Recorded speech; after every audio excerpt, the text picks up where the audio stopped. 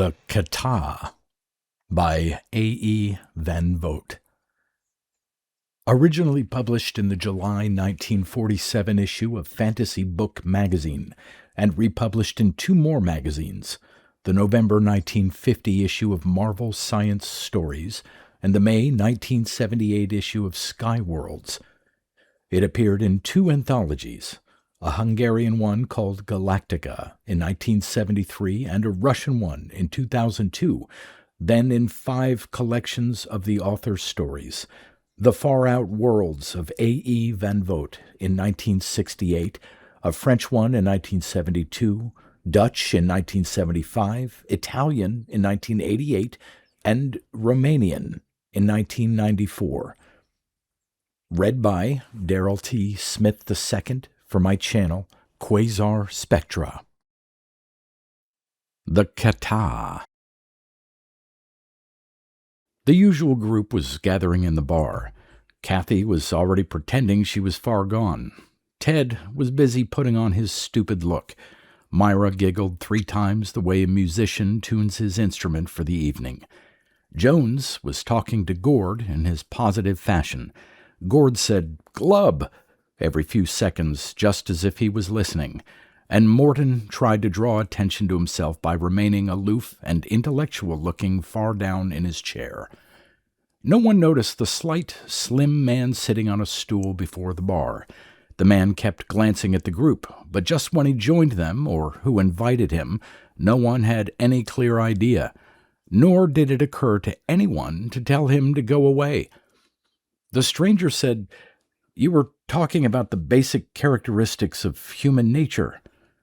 Myra giggled. "Is that what we were talking about? I wondered." The laughter that followed did not deter the newcomer. "It so happens that I have had an experience which illustrates the point. It began one day when I was glancing through the newspaper, and I ran across a circus advertisement. At the top of the ad," he went on, "was a large question mark, followed by some equally large exclamation marks. Then, 'What is it?' 'It's the cat. Come and see the cat. The cat will startle you. The cat will amaze you. See the cat at the Circus Freak Show.'" In small letters at the bottom of the ad was the information that the cat was being shown under the personal direction of Silky Travis. Until that point, I had been reading with a vague interest and curiosity. The name made me jump. "Good Lord," I thought. "It's him. It's Silky Travis on that card." I hurried to my desk and took out a card that had come in the mail 2 days before. At the time, it had made no sense to me at all. The words written on the back in a fine script seemed pure gibberish, and the photograph on the front, though familiar, unlocked no real memory. It was of a man with a haunted look on his face, sitting in a small cage. I now recognized it as being a likeness of Silky Travis, not as I had known him 15 or so years before, but plumper, older, as he would be now. I returned to my chair and sat musing about the past. Even in those days, his name had fitted Silky Travis. At high school, he organized the bathing beauty contest and gave the first prize to his cousin and the second prize to the girl who was the teacher's pet of most of the teachers. The students' science exhibition, a collection of lizards, snakes, insects, and a few Indian artifacts, was an annual affair, which brought a turnout of admiring parents. Invariably, it was Silky who organized it. Plays, holiday shows, and other paraphernalia of school pastimes felt the weight of his guiding hand and circus spirit. After graduating from high school, I went on to State College to major in biology, and I lost sight of Silky for 7 years. Then I saw an item in one of the papers to the effect that local boy Silky Travis was doing well in the big town, having just purchased a piece of a vaudeville show, and that he also owned a piece in a beach concession in New Jersey. Again, there was silence, and now here he was, no doubt piece owner of the Circus Freak Show. Having solved the mystery of the postcard, so it seemed to me, I felt amused and tolerant. I wondered if Silky had sent the card to all his former school companions. I decided not to puzzle any more about the meaning of the words written on the back. The scheme behind them was all too obvious. Sitting there, I had absolutely no intention of going to the circus. I went to bed at my usual hour and woke up with a start some hours later to realize that I was not alone. The sensations that came to me as I lay there have been described by Johnson in his book on morbid fears. I lived in a quiet neighborhood, and the silence was intense. Presently, I could hear the labored pounding of my heart. Poisons surged into my stomach. Gas formed and leaked up to my mouth, bringing a bitter taste. I had to fight to keep my breath steady.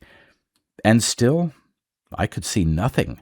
The dark fears ran their courses, and the first thought came that I must have had a nightmare. I began to feel ashamed of myself. I mumbled, "Who's there?" No answer. I climbed out of bed and turned on the light. The room was empty, but still I wasn't satisfied. I went out into the hall, then I examined the clothes closet and bathroom. Finally, dissatisfied, I tested the window fastenings, and it was there I received my shock.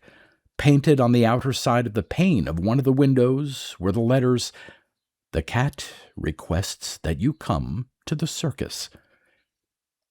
I went back to bed so furious that I thought of having Silky arrested. When I woke up in the morning, the sign was gone from the window. By the time breakfast was over, my temper of the night had cooled. I was even able to feel a pitying amusement at the desperate desire of Silky to let his old acquaintances know what a big shot he was. Before starting off to my morning classes at State, I looked under my bedroom window. I found what looked like footprints, but they were not human, so I decided that Silky must have taken care to leave no tracks of his own. At class, just before noon, one of the students asked me whether there was any good explanation in biological science for freaks. I gave the usual explanation of variabilities, nutritional deficiencies, diseases, frustration of brain development affecting the shape of the body, and so on. I finished dryly that for further information I would direct him to my old friend Silky Travis, director of freaks at the Pagley-Matterson Circus. The offhand remark caused a sensation. I was informed that a freak at this circus had prompted the original question. "A strange, cat-like creature," the student said in a hushed voice, "that examines you with the same interest that you examine it." The bell rang at that moment, and I was spared the necessity of making a comment.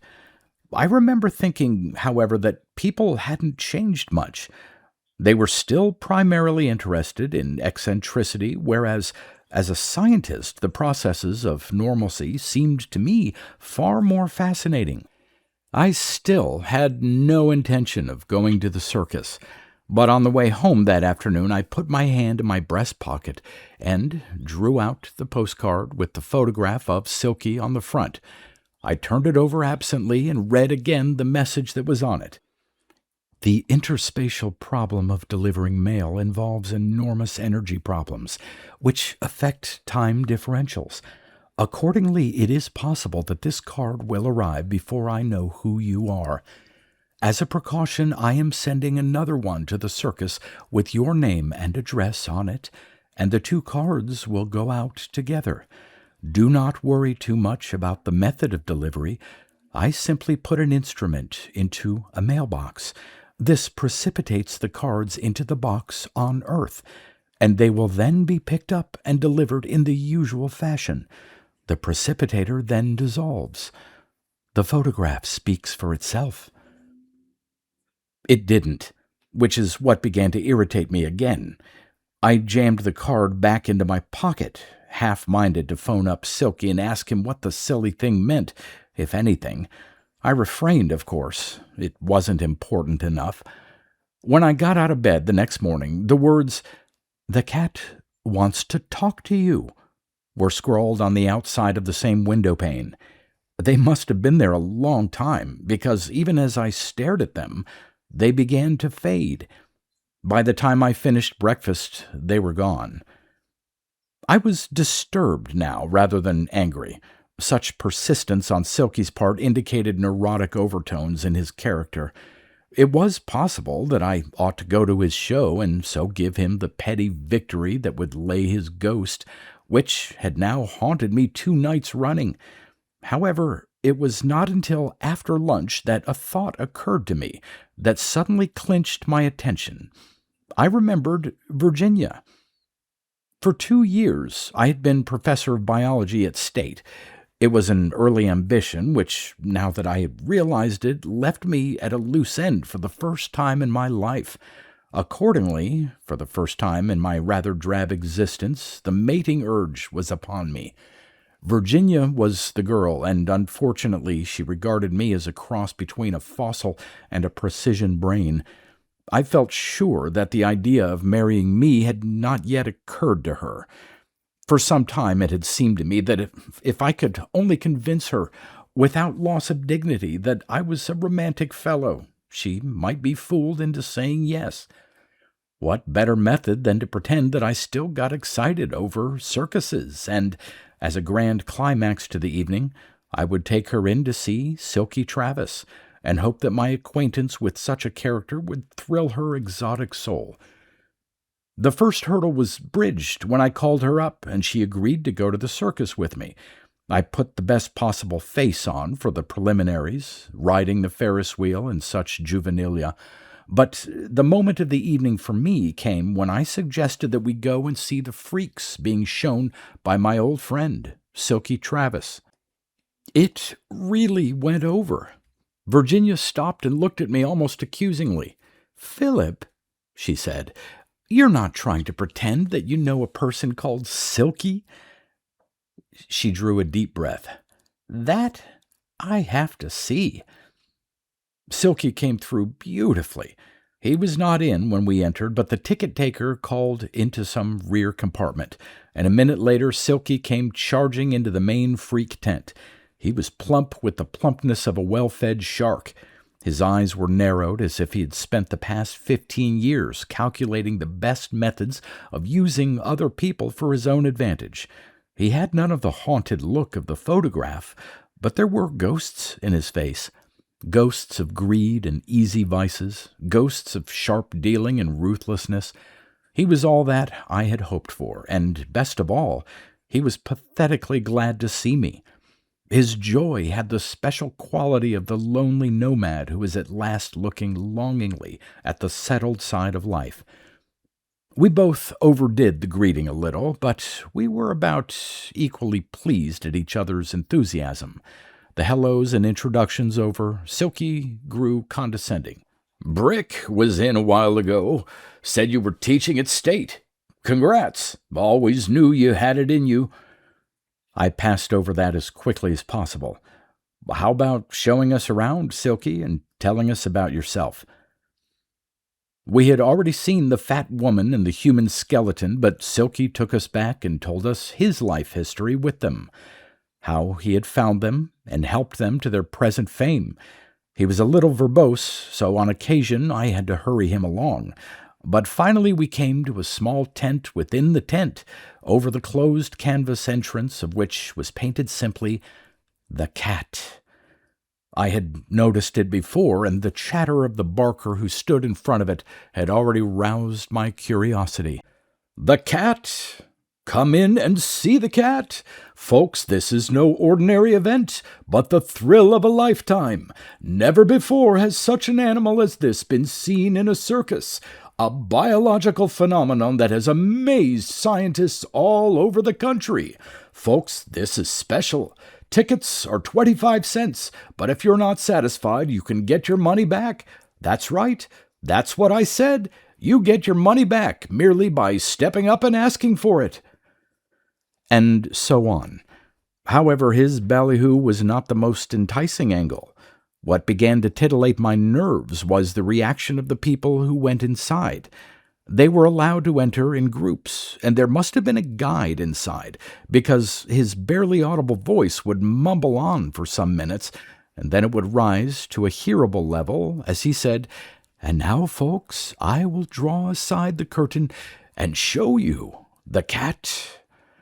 The curtain must have been pulled with a single jerk on a carefully timed basis, for the word cat was scarcely out of his mouth when the audience reaction would sound, "Ah!"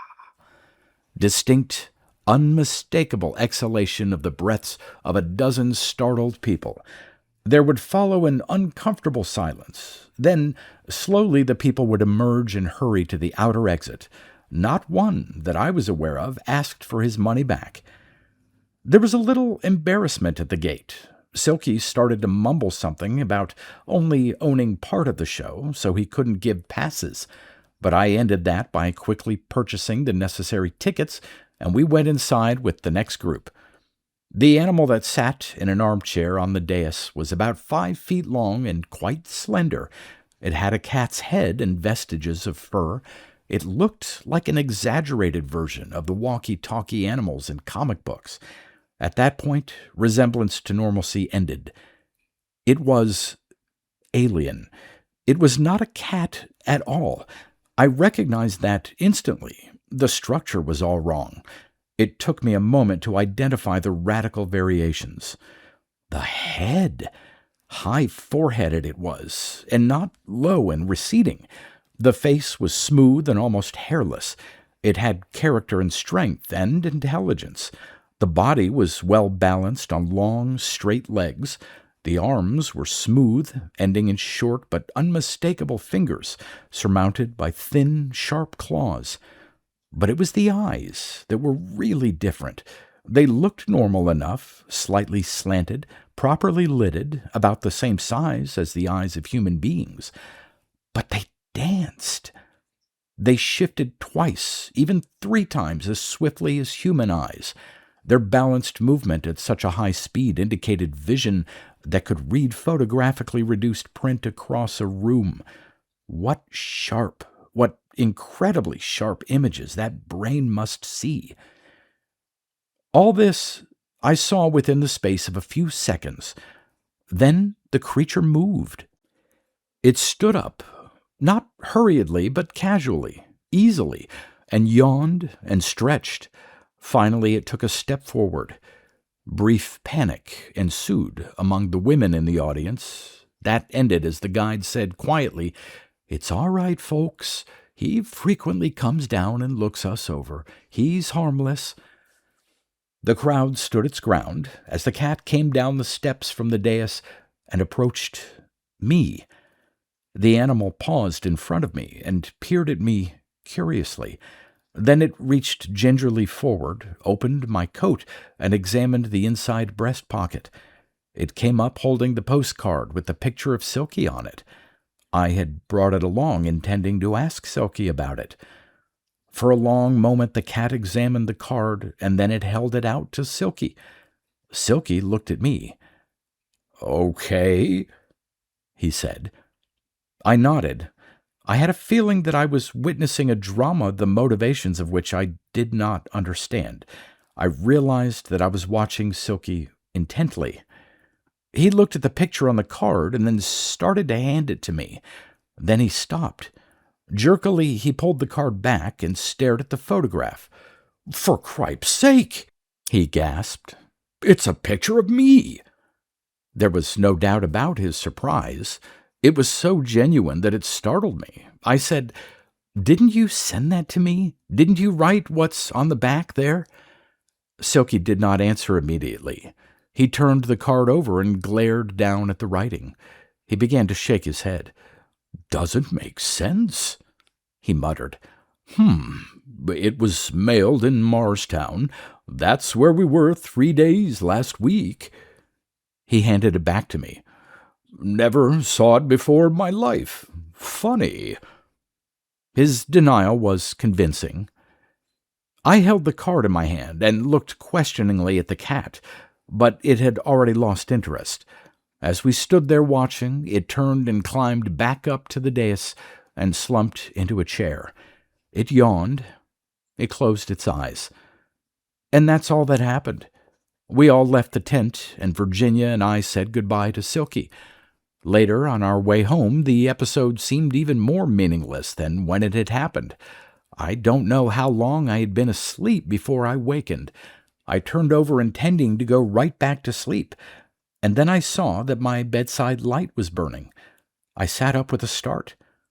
The cat was sitting in a chair beside the bed, not more than 3 feet away. There was silence. I couldn't have spoken at the beginning. Slowly, I sat up. Memory came of what the guide at the show had said. Harmless! But I didn't believe that anymore. 3 times now this beast had come here, twice to leave messages. I let my mind run over those messages, and I quailed. The cat wants to talk to you. Was it possible that this thing could talk? The very inactivity of the animal finally gave me courage. I licked my lips and said, "Can you talk?" The cat stirred. It raised an arm in the unhurried fashion of somebody who does not want to cause alarm. It pointed at the night table beside my bed. I followed the pointing finger and saw that an instrument was standing under the lamp. The instrument spoke at me. I cannot emit human sounds with my own body, but as you can hear, this is an excellent intermediary. I have to confess that I jumped, that my mind scurried into a deep corner of my head and only slowly came out again as the silence continued and no attempt was made to harm me. I don't know why I should have assumed that its ability to speak through a mechanical device was a threat to me, but I had. I suppose it was really a mental shrinking, my mind unwilling to accept the reality that was here. Before I could think clearly, the instrument on the table said, "The problem of conveying thoughts through an electronic device depends on rhythmic utilization of brain energies." The statement stirred me. I had read considerable on that subject, beginning with the Professor Hans Berger's report on brain rhythms in 1929. The cat's statements didn't quite fit. "Isn't the energy potential too small?" I asked. "And besides, you have your eyes open. The rhythms are always interfered with when the eyes are open, and in fact, such a large part of the cortex yields to the visual centers that no rhythm whatever is detectable at such times." It didn't strike me then, but I think now that I actually distracted the animal from its purpose. "What measurements have been taken?" it asked. Even through the mind radio, it sounded interested. "Photoelectric cells," I said, "have measured as much, or as little, which is really more accurate, as 50 microvolts of energy, mostly in the active regions of the brain. Do you know what a microvolt is?" The creature nodded. It said after a moment, "I won't tell you what energy my brain develops. It would probably frighten you, but it isn't all intelligence. I am a student on a tour of the galaxy, what might be called a postgraduate tour. Now, we have certain rules." It stopped. "You opened your mouth. Did you wish to say something?" I felt dumb, overwhelmed. Well, then, weakly, "You said galaxy?" "That is correct. But wouldn't that take years?" My brain was reaching out, striving to grasp, to understand. "My tour will last about 1,000 of your years," said the cat. "You're immortal?" "Oh, no." "But—" There I stopped. I couldn't go on. I sat there blank-brained while the creature went on. "The rules of the fraternity of students require that we tell one person about ourselves before we leave the planet. and that we take with us a symbolical souvenir of the civilization of the beings on it. I'm curious to know what you would suggest as a souvenir of Earth. It can be anything so long as it tells, at a glance, the dominating character of the race. The question calmed me. My brain stopped its alternation of mad whirling followed by blankness. I began to feel distinctly better. I shifted myself into a more comfortable position and stroked my jaw thoughtfully. I sincerely hoped that I was giving the impression that I was an intelligent person whose opinion would be worthwhile. A sense of incredible complication began to seize on me. I had realized it before, but now, with an actual decision to make, it seemed to me that human beings were really immensely intricate creatures. How could anybody pick one facet of their nature and say, "This is man," or "This represents man"? I said slowly, "A work of art, science, or any useful article. You include those?" "Anything." My interest was now at its peak. My whole being accepted the wonderfulness of what had happened. It seemed tremendously important that the great race that could travel the breadth and length of the galaxy should have some true representation of man's civilization. It amazed me when I finally thought of the answer that it had taken me so long, but the moment it occurred to me, I knew I had it. Man, I said, is primarily a religious animal. From times too remote to be a written record, he has needed a faith in something. Once he believed almost entirely in animate gods like rivers, storms, plants. Then his gods became invisible. Now they're once more becoming animate. An economic system, science, whatever it will be, the dominating article of it will be that he worships it without regard to reason. In other words, in a purely religious fashion. I finished with a quiet satisfaction. All you need is an image of a man in a durable metal, his hand tilted back, his arms raised to the sky, a rapt expression on his face, and written on the base of the inscription, "I believe." I saw that the creature was staring at me. "Very interesting," it said at last. "I think you are very close to it, but you haven't quite got the answer."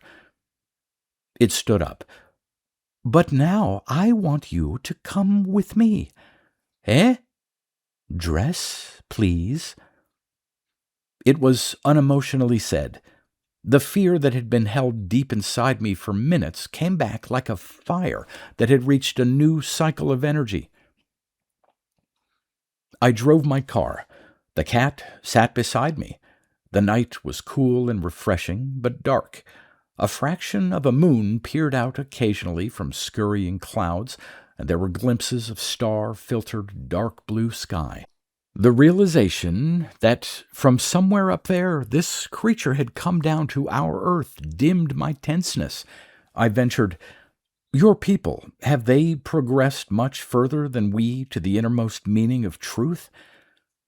It sounded drab and precise, a pedagogical rather than a vitally alive question. I added quickly, "I hope you won't mind answering a few questions." Again, it sounded inadequate. It seemed to me, in an abrupt agony of despair, that I was muffing the opportunity of the centuries. Silently, I cursed my professional training that made my every word sound as dry as dust. "That card," I said. "You sent that?" "Yes." The machine on the cat's lap spoke quietly but clearly. "How did you know my address and my name?" "I didn't." Before I could say anything, the cat went on, "You will understand all that before the night's over." "Oh!" The words held me for a second. I could feel the tightness crawling into my stomach. I had been trying not to think of what was going to happen before this night was over. "Questions?" I croaked. Will you answer them? I parted my lips to start a machine gun patter of queries, and then I closed them again. What did I want to know? The vast implications of that reply throttled my voice. Why, oh, why are human beings so emotional at the great moments of their lives? I couldn't think for what seemed an endless time, and when I finally spoke again, my first question was trite and not at all what I intended. I said, "You came in a spaceship?" The cat looked at me thoughtfully. "No," it replied slowly. "I use the energy in my brain." "Eh? You came through space in your own body?" "In a sense. One of these years, human beings will make the initial discoveries about the rhythmic use of energy. It will be a dazzling moment for science." "We have," I said, "already made certain discoveries about our nervous systems and rhythm." "The end of that road," was the answer, "is control of the powers of nature. I will say no more about that." I was silent, but only briefly. The questions were bubbling now. "Is it possible," I asked, "to develop an atomic-powered spaceship?" "Not in the way you think," said the cat. "An atomic explosion cannot be confined, except when it is drawn out in a series of timed frustrations, and that is an engineering problem and has very little to do with creative physics." "Life," I mumbled. "Where did life come from?" "Electronic accidents occurring in a suitable environment." I had to stop there. I couldn't help it. "Electronic accidents? What do you mean?" "The difference between an inorganic and an organic atom is the arrangement of the internal structure, the hydrocarbon compounds being the most easily affected under certain conditions are the most common form of life. But now that you have atomic energy, you will discover that life can be created from any element or compound of elements. Be careful. The hydrocarbon is a weak life structure that could be easily overwhelmed in its present state of development." I felt a chill. I could just picture the research that would be going on in government laboratories. "You mean," I gulped, "there are life forms that would be dangerous the moment they are created?" "Dangerous to man," said the cat. It pointed suddenly. "Turn up that street and then through a side entrance into the circus grounds." I had been wondering tensely where we were going. Strangely, it was a shock to realize the truth. A few minutes later, we entered the dark, silent tent of the freaks, and I knew that the final drama of the cat on Earth was about to be enacted. A tiny light flickered in the shadows. It came nearer, and I saw that there was a man walking underneath it. It was too dark to recognize him, but the light grew stronger, and I saw that it had no source. And suddenly I recognized Silky Travis. He was sound asleep. He came forward and stood in front of the cat. He looked unnatural, forlorn, like a woman caught without her makeup on. One long, trembling look I took at him, and then I stammered, "What are you going to do?" The machine the cat carried did not reply immediately. The cat turned and stared at me thoughtfully, and then it touched Silky's face, gently, with one finger. Silky's eyes opened, but he made no other reaction. I realized that one part of his consciousness had been made aware of what was happening. I whispered, "Can he hear?" The cat nodded. "Can he think?"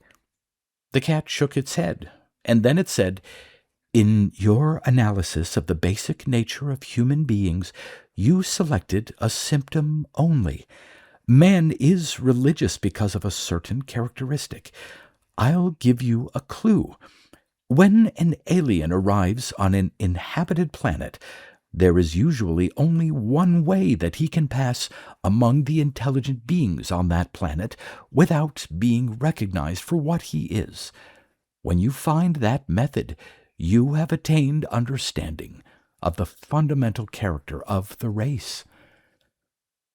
It was hard for me to think. In the dim emptiness of the freak tent, the great silence of the circus grounds all around, what was happening seemed unnatural. I was not afraid of the cat, but there was a fear inside me, as strong as terror, as dark as night. I looked at the unmoving Silky with all the lines of his years flabby on his face, and then I stared at the light that hovered above him, and finally I looked at the cat, and I said, "Curiosity. You mean man's curiosity. His interest in strange objects makes him accept them as natural when he sees them." The cat said, "It seems incredible that you, an intelligent man, have never realized the one character of all human beings." It turned briskly, straightening. "But now, enough of this conversation. I have fulfilled the basic requirements of my domicile here. I have lived for a period without being suspected, and I have told one inhabitant that I have been here. It remains for me to send home a significant artifact of your civilization, and then I can be on my way elsewhere." I ventured shakily, "Surely the artifact isn't Silky?" "We seldom," said the cat, "choose actual inhabitants of a planet, but when we do, we give them a compensation designed to balance what we take away. In his case, virtual immortality." I felt desperate, suddenly. Seconds only remained, and it wasn't that I had any emotion for Silky. He stood there like a clod, and even though later he would remember, it didn't matter. It seemed to me that the cat had discovered some innate secret of human nature which I, as a biologist, must know. "For God's sake," I said, "you haven't explained anything yet. What is this basic human characteristic? And what about the postcard you sent me? And you have all the clues." The creature started to turn away. "Your inability to comprehend is no concern of mine. We have a code, we students, that is all." "But what," I asked desperately, "shall I tell the world? Have you no message for humankind? Something—" The cat was looking at me again. "If you can possibly restrain yourself," it said, "don't tell anyone anything." This time, when it moved away, it did not look back. I saw with a start that the mist of light above Silky's head was expanding, growing. Brighter, vaster it grew. It began to pulse with a gentle but unbroken rhythm. Inside its coalescing fire, the cat and Silky were dim forms, like shadows in a fire. Abruptly, the shadows faded, and then the mist of light began to dim. Slowly it sagged to the ground and lay for minutes blurring into the darkness. Of Silky and the creature there was no sign. The group sitting around the table in the bar was briefly silent. Finally, Gord said, "Glub," and Jones said in a positive fashion, "You solved the problem of the postcard, of course." The slim, professorish man nodded. "I think so. The reference in the card to time differentials is the clue. The card was sent after Silky was put on exhibition in the school museum of the cat people, but because of time variations in transmission, it arrived before I knew Silky would be in town." Morton came up out of the depths of his chair. "And what about this basic human characteristic, of which religion is merely an outward expression?" The stranger made a gesture. Silky, exhibiting freaks, was really exhibiting himself. Religion is self-dramatization before a god. Self-love, narcissism. In our own little way, we show ourselves off. And so a strange being could come into our midst unsuspected. Kathy hiccoughed and said, "The love interest is what I like. Did you marry Virginia? You are the professor of biology at State, aren't you?" The other shook his head. "I was," he said.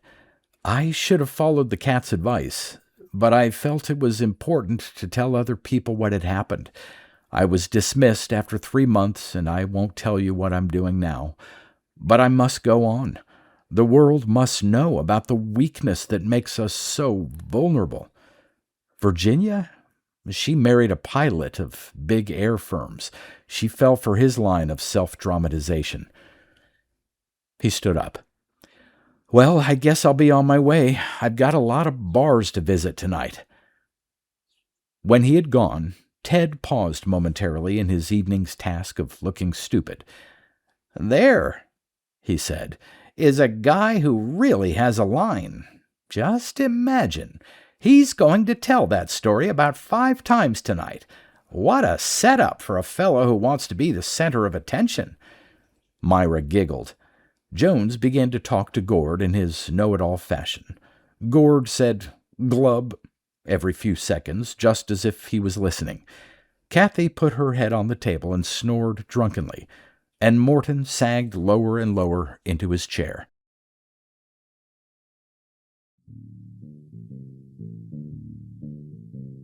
You've been listening to pre-1990s speculative fiction readings with a highlight on science fiction by Darrell T. Smith II. Please consider clicking the donation link in the description box. Thank you so much for your time and your imagination.